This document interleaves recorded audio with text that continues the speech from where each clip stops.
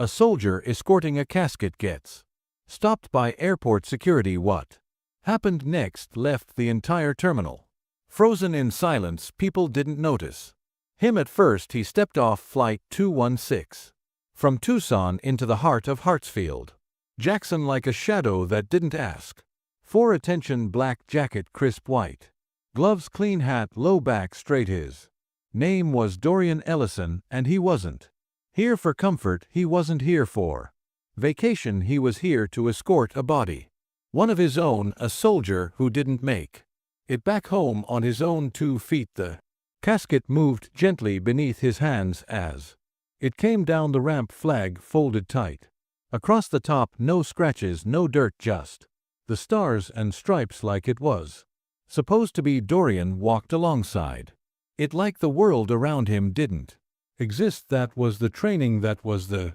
oath. You protect the honor of the fallen, like your life depends on it, even when no one's watching, especially then. He had done this before, but it didn't get easier. Every name plate different, every mother on the other end holding a different kind of pain. This one, Staff Sergeant Lennox Rayford, 29 years old, 2 kids in Fresno, took a hit that wasn't meant for him. Dorian didn't know him personally, but he knew of him, the kind of man who let others eat first, covered for his team, took the night watch even when he didn't have to, and now he was coming home. Dorian's steps were precise, not showy, not stiff, just steady like his boots were stitched to the floor. People started to look, not a lot, but enough. A couple sitting by a window lowered their coffee cups. A boy with headphones halfway out of his ears blinked and leaned forward. The silence wasn't loud,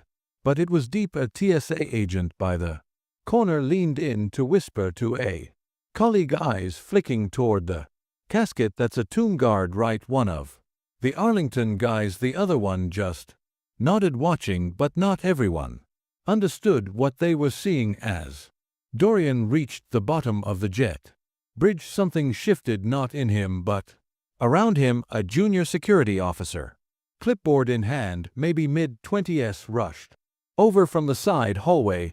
"Excuse me, sir," she called out. Dorian didn't stop. She jogged to keep up. "Sir, I need to see your access credentials." He didn't blink. He didn't turn. His eyes never left the casket. "Ma'am, I'm currently in the process of escorting a fallen soldier to ground transport. I am not to be delayed." There was no attitude, no aggression, just fact. But she wasn't convinced. "I understand that, but this area is restricted. I wasn't informed of any ceremony or procession today. If you don't have clearance, I need to radio this in now." People were really looking.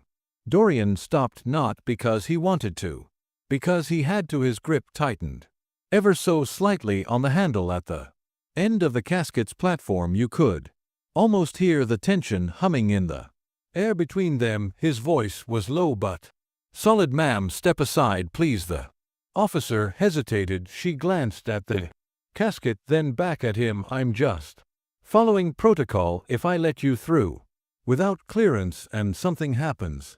Behind her, an older man in a Delta maintenance vest started approaching, slowly, hands slightly up, like he didn't want to startle anyone. He looked like he'd seen something like this before.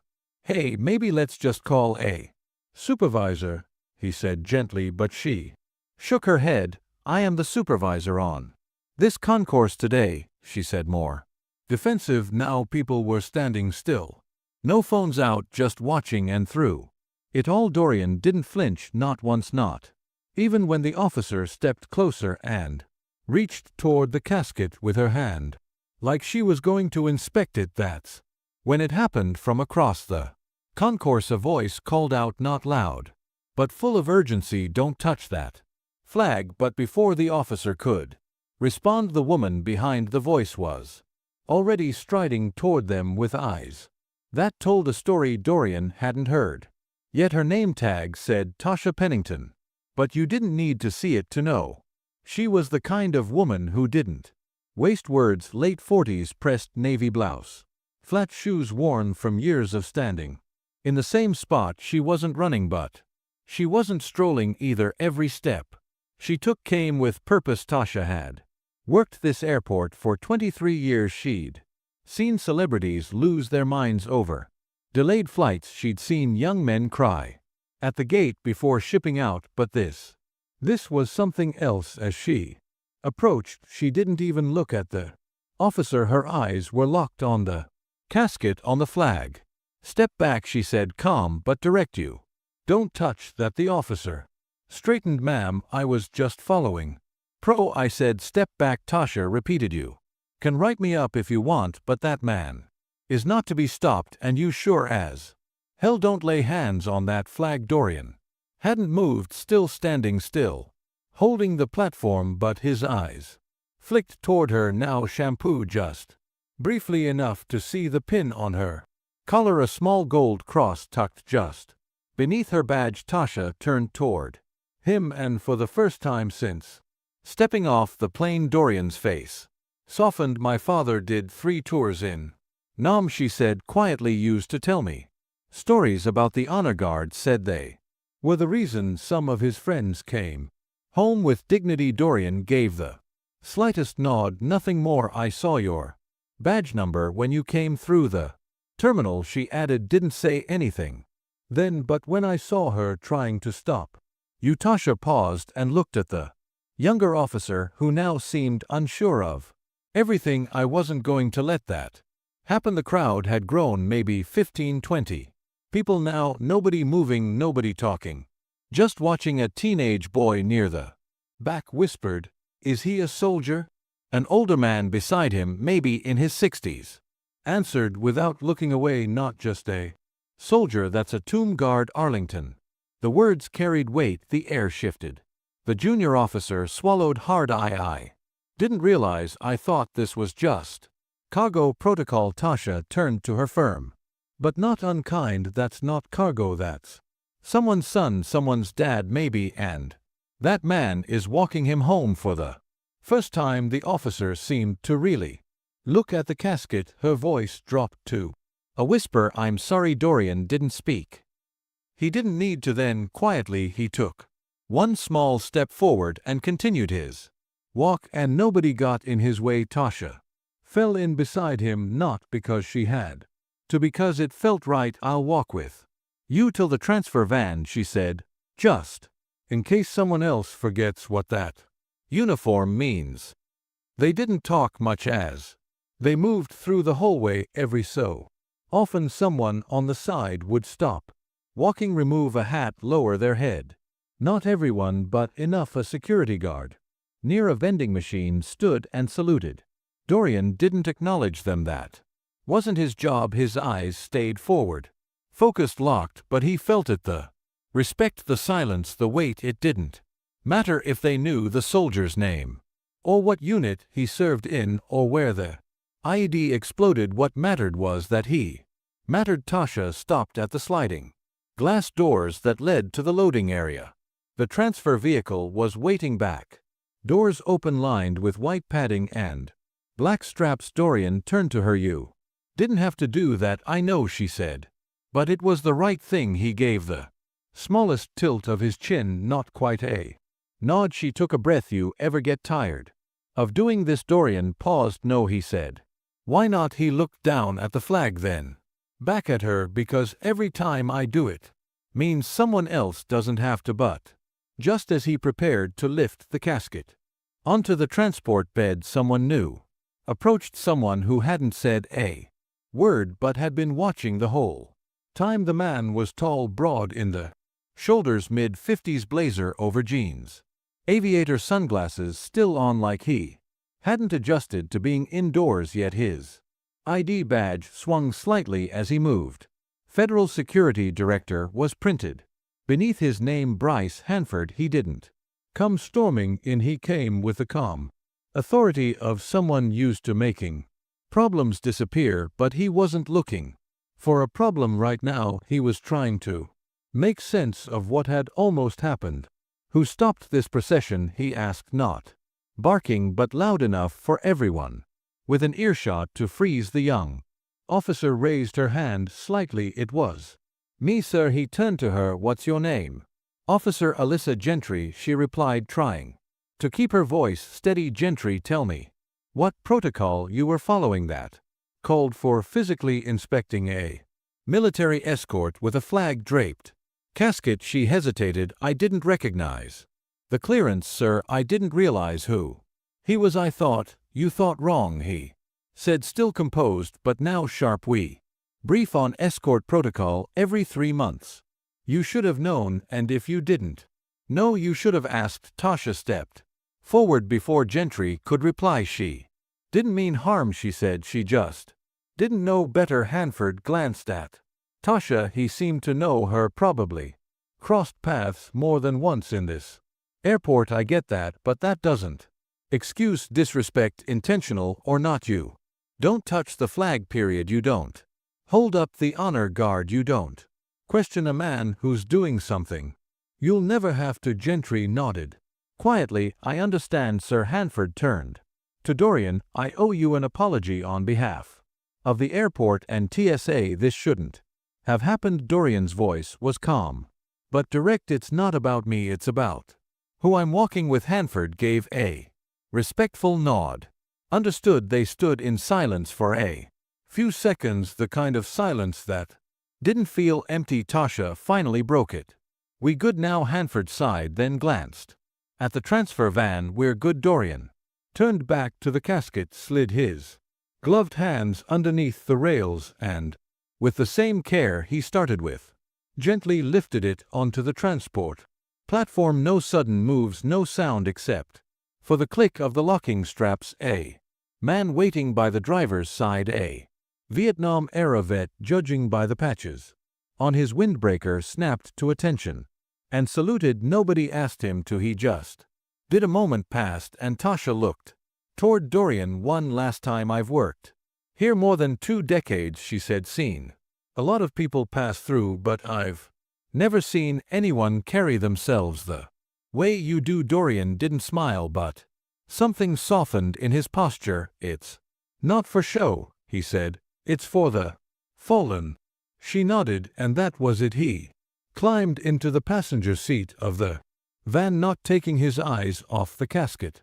Even as the doors closed, no music, no fanfare, just the sound of the van pulling away through the back gate, disappearing into the humid afternoon. But the story didn't end there, because one man in that crowd had recorded what happened, not for clicks, not for likes, but because he wanted to remember what respect looked like. The video wasn't flashy, it didn't have music or filters, just a single shaky shot from a cell phone recorded by Jerome Thacker, a truck driver from Shreveport who'd been sitting near gate C-42 with a breakfast burrito in one hand when the scene started to unfold. He hadn't planned on filming anything. In fact, he hated that people always had their phones out, but something about the way Dorian walked, silent, strong, focused, made him press record. Jerome posted the 90-second clip to his Facebook that night with a simple caption: Tomb guard stopped by airport security while escorting fallen soldier. Man didn't even blink, carried that casket like he was walking on sacred ground. He went to bed with maybe 7 likes. By morning it had over 2 million views. People in the comments weren't just reacting, they were telling stories. Stories about fathers who never came home, about brothers who did but never came back, the same about cousins who stood in the rain for hours just to salute someone they'd barely known. One comment near the top read, "My brother served in the 3rd Infantry," he said. The tomb guards are the reason people still believe in honor. Another, "That woman in the Navy shirt, that's Tasha. She's been at the Delta desk in Atlanta forever. She helped me find my mother's bag when it got lost. Of course she stepped in." And one more, "That guard didn't flinch, not once. God bless him." Tasha hadn't seen the video yet. She was too busy working another double shift and helping reroute flights after a sudden thunderstorm delayed the morning boardings, but someone showed it to her in the break room that afternoon. She Watched it without blinking. She watched herself walk into frame and say, "Don't touch that flag." She watched Dorian stand tall without ever looking around for help, and then she heard a voice in the background, barely audible over the low crowd chatter. It was a woman's voice. "Do you even know who he is?" No one could tell exactly who said it, but it echoed through the video like a stone tossed in still water. Later that evening, Dorian sat on the edge of a motel bed in Mon Georgia. Clean room, 2 twin beds. Remote on the dresser. He'd dropped the casket off at the local funeral home a few hours earlier. Tomorrow he'd attend the memorial service. Standing in the back like he always did, he didn't check his phone until after his boots were off. One missed call from Captain Riley, 3 texts from guys on base, and then a link. He clicked it. There he was on screen. That walk, that moment, that voice, Tasha's. He watched it in silence, then he watched it again. He didn't care about going viral. He didn't want attention. That wasn't why he wore the gloves or the hat or walked with measured steps. He did it because Staff Sergeant Rafford had done his part, and now it was Dorian's turn to carry him home. Still, something about that clip stuck with him, not because people noticed him, but because they noticed the act, the respect, the fact that there are things you don't question, things you don't interrupt. He turned off his phone and stared at the blank wall across from him. This was never supposed to be about going viral, but maybe it was good that people saw it. But the video hadn't just reached the people at home, it had made its way to someone else, someone who had been quietly grieving hundreds of miles away in a modest sun-worn house outside Fresno. Janelle Rayford sat on the edge of her living room couch with her hands in her lap and her phone resting screen up beside her. It had buzzed 7 times in the last half hour. Family, friends, old neighbors, they were all sending her the same link. At first she didn't want to open it. She'd spent the last week swimming through grief, funeral arrangements, military paperwork, the impossible job of explaining to 2 little boys that their father wouldn't be coming home. But curiosity got the better of her when she finally pressed play. Her eyes locked onto the screen. The camera shook, but she could still make him out, the man in uniform, the way he walked beside the casket, the tension, the pause, the woman stepping in to stop it all. She saw the argument, then the silence, then the walk. She cried, but not like she had in the days before. This wasn't the raw, messy kind of crying that broke out when the knock came at the door or when she first saw Lennox's uniform folded in a box. No, this was quieter, slower. She watched Dorian like she'd known him for years. She didn't know his name yet, but the way he moved, the way he protected her husband's memory even without knowing his story, it hit different. Her oldest son, Brelon, came into the room mid-video dragging his backpack behind him. "Mom, what's that?" She wiped her eyes quickly. "It's a video. Someone filmed the man bringing Daddy home." Brelon walked over and stood beside her, his brows pulled together the way his father's used to. "Is that him?"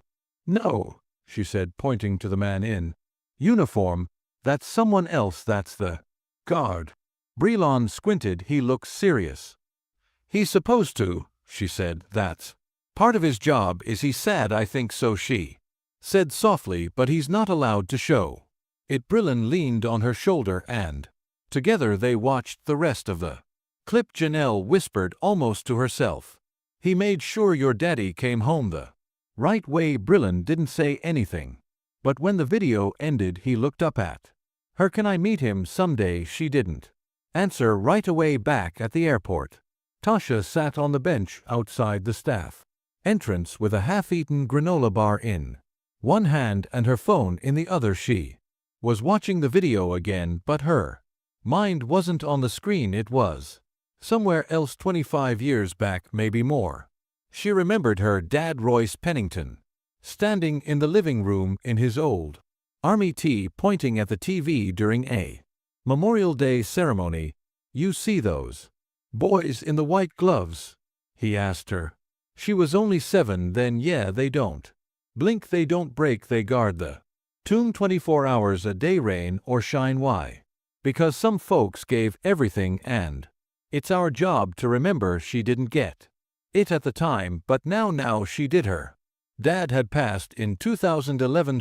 Quiet, peaceful, but she always remembered the way he spoke about honor, like it was something physical, something you could hold in your hand or pass down like a family recipe. That day with Dorian wasn't about being a hero or going viral. It was about stepping in when someone forgets what respect looks like. She tucked her phone away and stood up to head back inside. As she opened the door, a passing pilot she didn't recognize gave her a quiet nod and said, "Saw the video, you did right." She didn't reply, just gave a small smile and kept walking. But the story wasn't finished, not yet.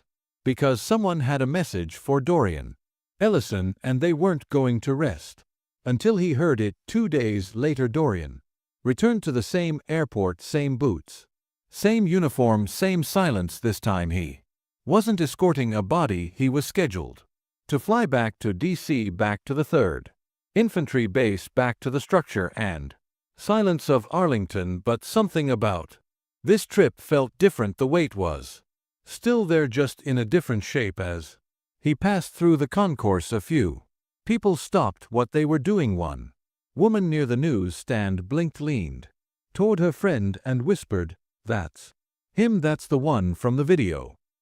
Dorian kept walking. He wasn't interested in attention, he wasn't trying to become a symbol, he just wanted to get back to the post, back to the tomb, back to where silence means something sacred. But when he reached gate D17, something unexpected happened. A Delta employee walked briskly toward him. She looked flustered, but in a hopeful way, like she was holding back emotion just behind her professionalism. "Are you Dorian Ellison?"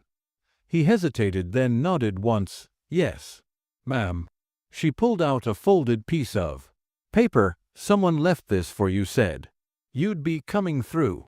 He took it with a gloved hand, unfolded it slowly. It was a handwritten note, simple, no flourish. "I don't know your story, but you helped carry mine. My husband was Staff Sergeant Lennox Rafford. I saw what you did. My son saw it too. Thank you for treating him like he still mattered. You didn't speak, but we heard you." Janelle Rafford. He didn't move for a long time, didn't blink, didn't shift, just stood there with a note in his hand. Then he folded it gently and slid it into his jacket pocket, not like it was a letter, like it was something that needed to be carried. The gate agent, still nearby, looked unsure if she should say something else. Dorian finally spoke. "Did she leave a return address?" "No, sir." He nodded. "That's okay." She hesitated. "There's actually one more thing. I know this is out of the ordinary, but some of the staff and passengers wanted to do something." Dorian tilted his head. "What kind of something?" She looked over her shoulder, then stepped aside. What Dorian saw next made him pause for the first time in days. Near the main boarding lane, about 20 people were standing in a line. Airport workers, random passengers, a janitor still holding a mop handle. No signs, no speeches, just standing shoulder to shoulder, hats off, hands over hearts, and then silence. Someone gave a signal. Every one of them turned slightly in his direction and just stood. No applause, no music, just stillness, and it spread down the hall. People who hadn't even seen the video or known the story began to slow their pace. Some stopped walking, some took off hats, others placed hands on hearts simply because the moment asked for it. A child tugged at his mom's sleeve. "Why is everyone stopping?" She bent down and whispered, "Because that man did something for someone who couldn't do it for themselves." The whole terminal didn't clap, they didn't chant his name, they just stood. And Dorian, for the first time in a long while, felt it, not praise, not recognition, but understanding. But as Dorian finally boarded his flight and Settled into his seat, a voice came over the intercom, and it wasn't the usual welcome aboard. The plane hadn't even pushed back from the gate when the overhead speakers crackled to life. Most passengers were still settling in, stowing bags, adjusting armrests, scanning the exits without really seeing them. Then came a voice, not from the cockpit, from the front of the cabin. "Ladies and gentlemen," the flight attendant began, her voice a little shaky but steady enough to be heard. "Before we depart, we'd like to take a moment to acknowledge someone special on board." Dorian looked up, frowning slightly, not curious, just alert. The attendant continued, "Today we are honored to have with us a U.S. Army Tomb Guard Sergeant, Dorian Ellison, who recently completed the sacred duty of escorting one of our nation's fallen soldiers home." A ripple moved through the cabin. Some heads turned. A few passengers already knew who he was. Others were putting it together for the first time. The attendant paused, then added, "He didn't ask for this recognition, but sometimes gratitude doesn't need permission."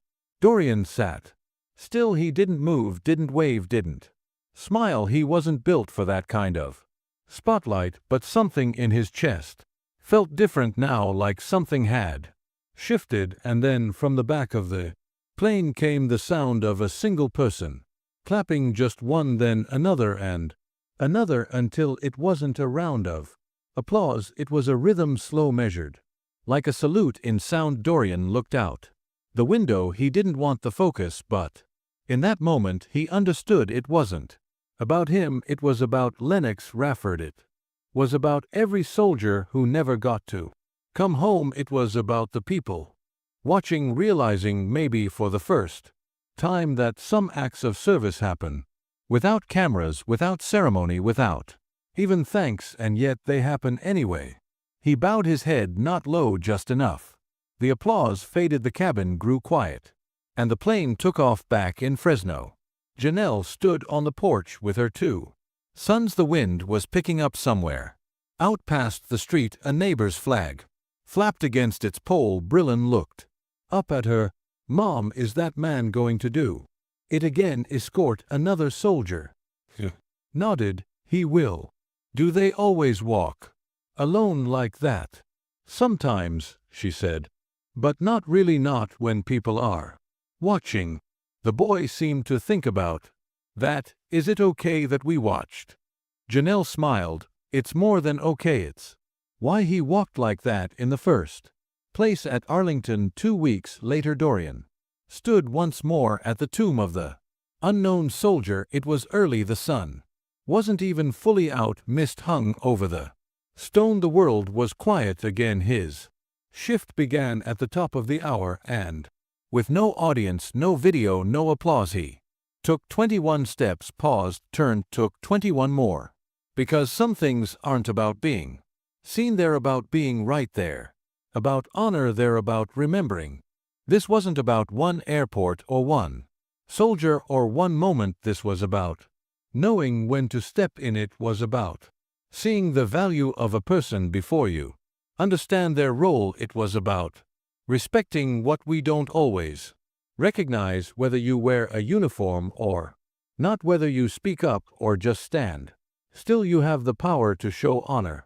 You have the power to interrupt disrespect gently but firmly, because sometimes the strongest thing you can do is stand still and stand up. If this story moved you, share it, not for views, not for clicks, but so someone else sees what respect looks like, so someone remembers, so we don't forget the ones who carried the weight quietly and the ones who stood beside them even when they didn't have